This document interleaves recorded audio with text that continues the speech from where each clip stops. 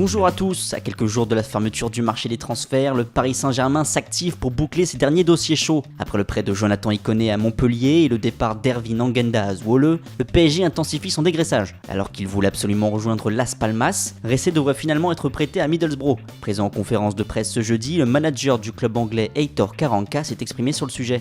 Ressé Rodriguez est un joueur avec qui j'ai déjà travaillé et je sais à quel point il est bon. Son prochain transfert sera important pour lui et j'espère pouvoir le convaincre. Fin de la citation. La situation s'éclaircit également pour Lorenzo Callegari. Le jeune milieu de terrain parisien devrait prolonger avec le PSG jusqu'en 2020 avant d'être prêté avec option d'achat et clause de rachat au Genoa.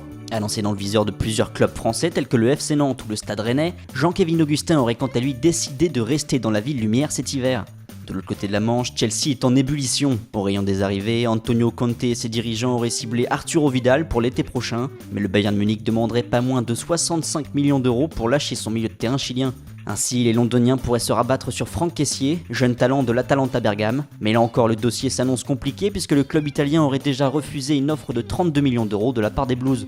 Sur le front de l'attaque, l'actuel leader de Premier League serait intéressé par Alvaro Morata ou encore Fernando Llorente. Enfin, le gardien du Celtic Glasgow, Craig Gordon, pourrait remplacer Asmir Begovic, annoncé avec insistance à Bournemouth.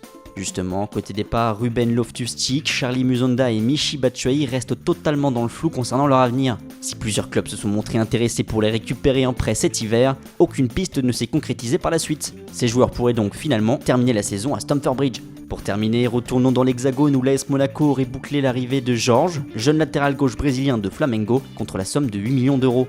Enfin c'est officiel, le milieu argentin Daniel Mancini a signé un contrat de 3 ans et demi en faveur des Girondins de Bordeaux. De son côté, le défenseur paraguayen Junior Alonso s'est annoncé au LOSC, tandis que Xavi prolonge jusqu'en 2018 avec son club d'Al Sadd. Voilà, c'est tout pour aujourd'hui, bonne soirée à tous et rendez-vous demain pour de nouvelles informations sur le Mercato.